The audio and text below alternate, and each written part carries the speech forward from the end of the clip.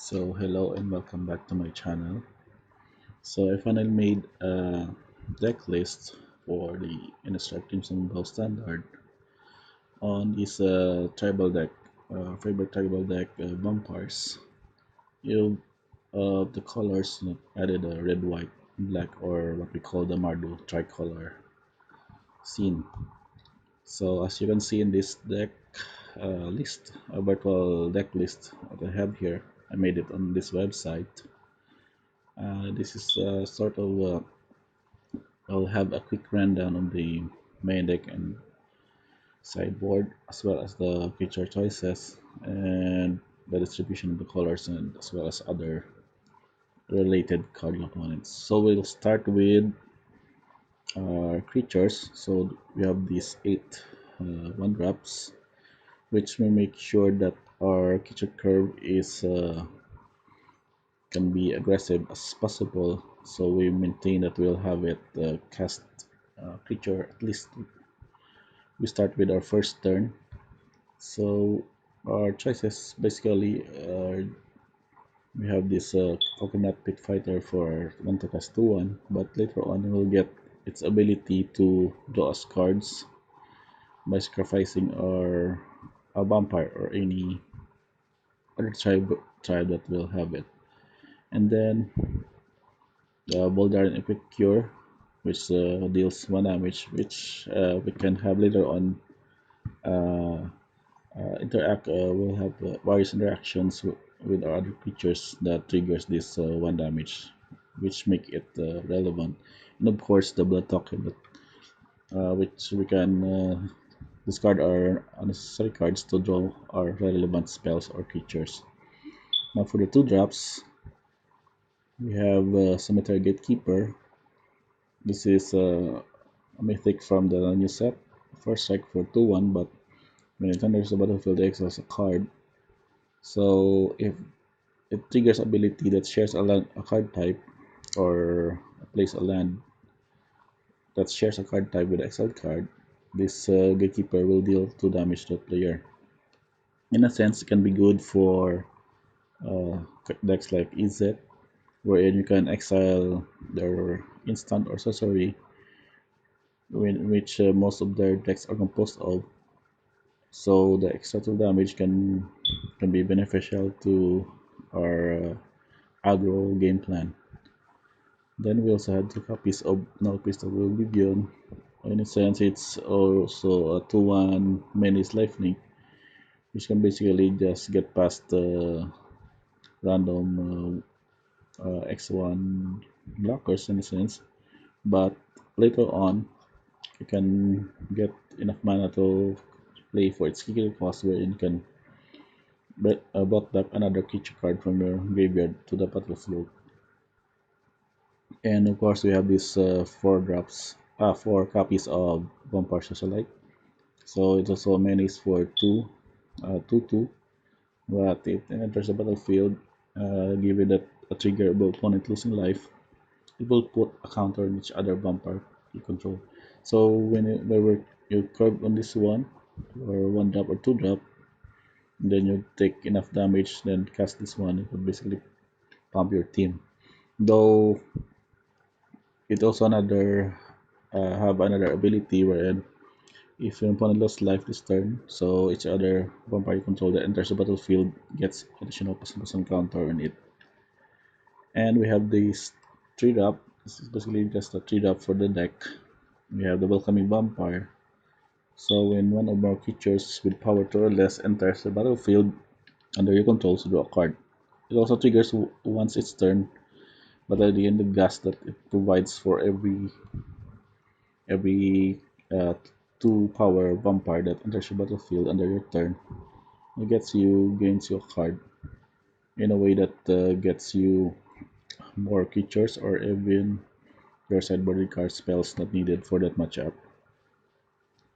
So as a fan of one-ups, I also have this few of these. So I'll start with the Purveyor, the Bloodbath Purveyor.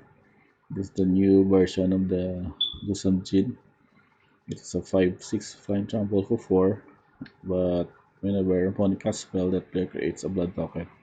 So the only drawback here is that it gives opponent tokens, which in a way is also an advantage for him because it will get pumped for each blood token that defending player controls whenever it attacks.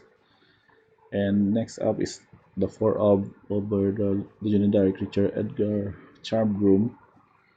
It's basically the walking anthem for your deck.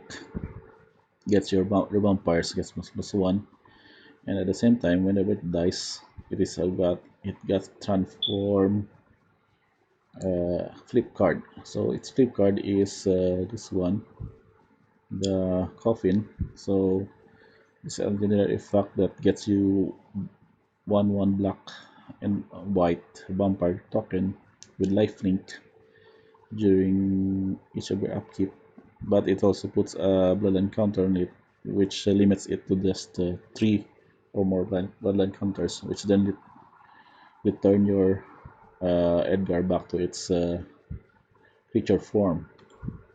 So the only drawback here is that it can be multiple copies can be a disadvantage, but then again, if you get one of your Edgar transformed into that artifact, into its tomb mode, can that basically solves the legend rule. But at the same time, it is also a 4/4 on its own, which also good creature curve for each of their early turns. Then we also have this one of Ubrana. It is a 5 to cast for 4 flying, but it's quite slow uh, for toughness. But then its benefit is if whenever it attacks, the defending player will choose a non-legendary creature card in graveyard. So you get to return one card that is either killed earlier by removals or creature blocks, and then you add a counter on it, so making it bigger and adding more threats to your board. And we have also one of copy of Sagras, the Thief of Heartbeats. It's 6 to cast basically in its converted mana cost, but the benefit here is that it will cost less for each creature in your party. So given that some of them are like this one cleric, we have noble, but I think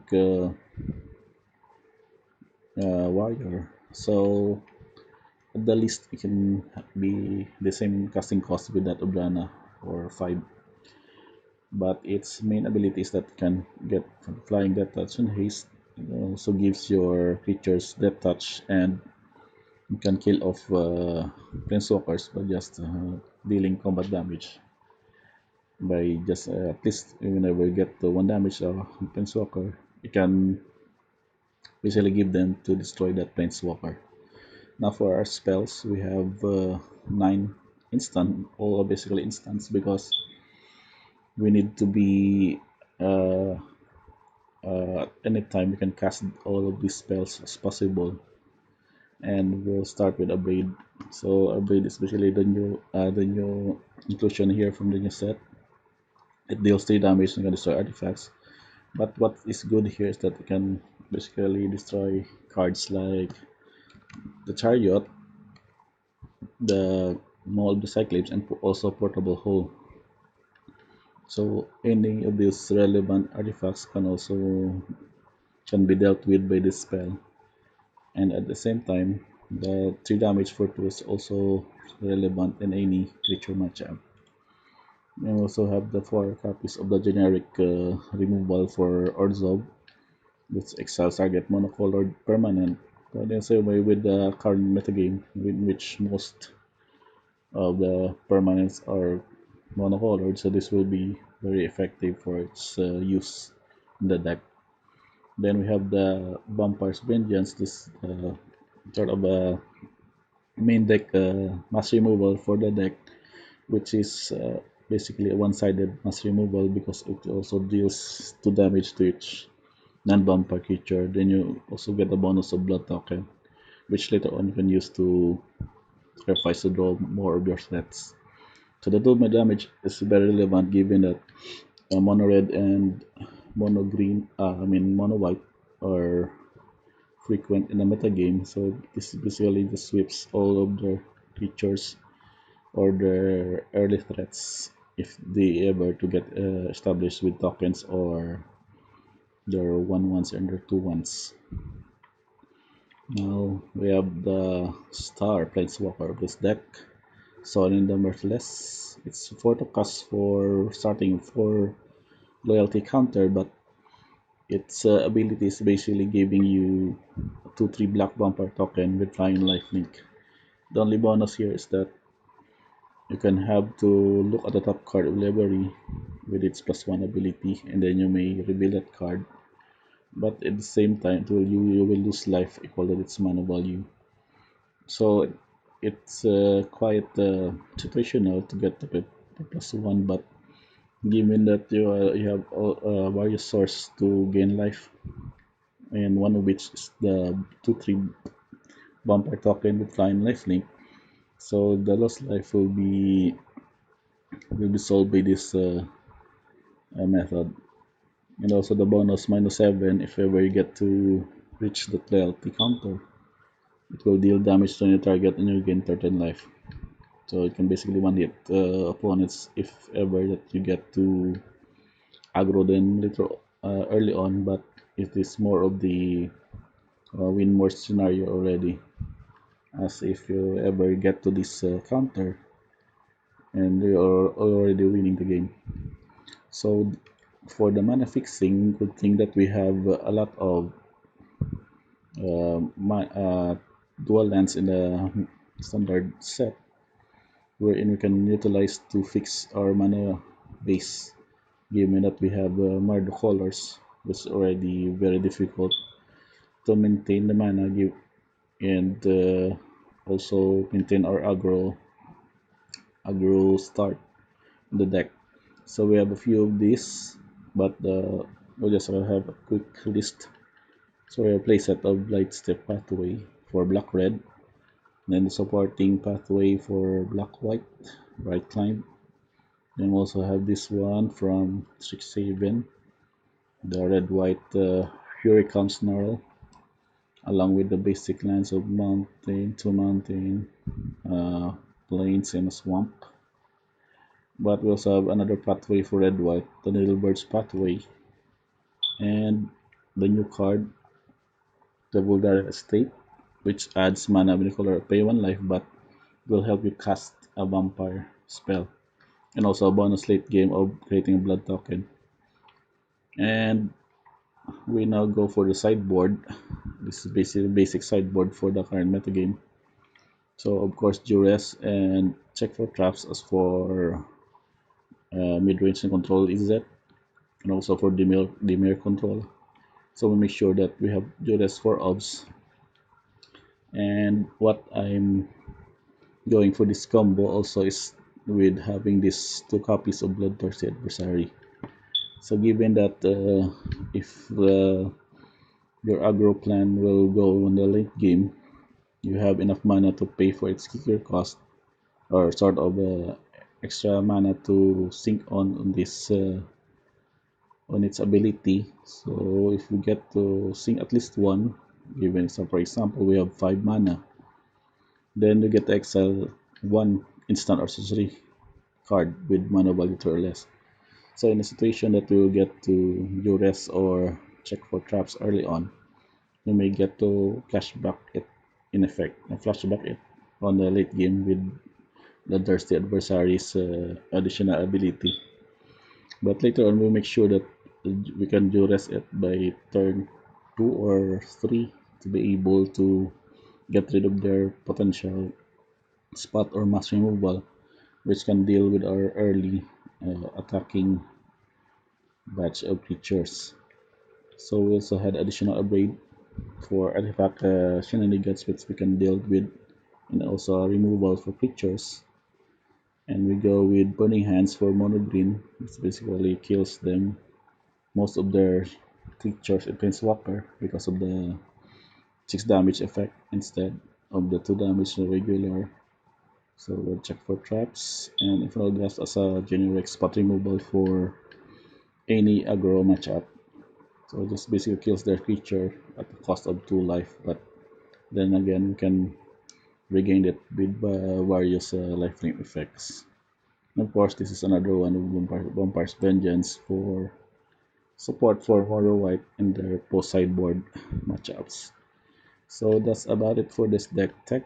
I hope I'll get to play this on Arena on my friend's account, but for now we just have this list for reference, or so the least you get to have a glimpse of what a Mardu Vampire deck would have on their list.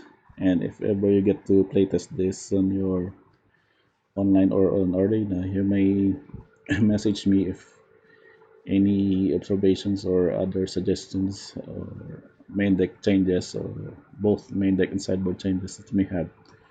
So we wrap this up again. Thank you for watching and until next post for blog.